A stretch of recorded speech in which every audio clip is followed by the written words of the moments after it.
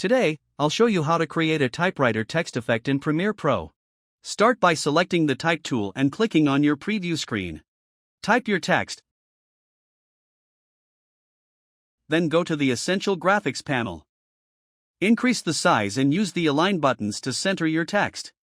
Next, go to the Effects panel, search for Crop, and drag it onto your text layer. In the Effect Controls panel, set the right crop value to 100% and click the toggle animation icon to create your first keyframe. Move forward a few seconds on the timeline and change the right crop value to 0%. This reveals your text letter by letter. Adjust the distance between keyframes to control the typing speed. For extra realism, consider adding a typewriter sound effect. And that's it. Your typewriter effect is ready.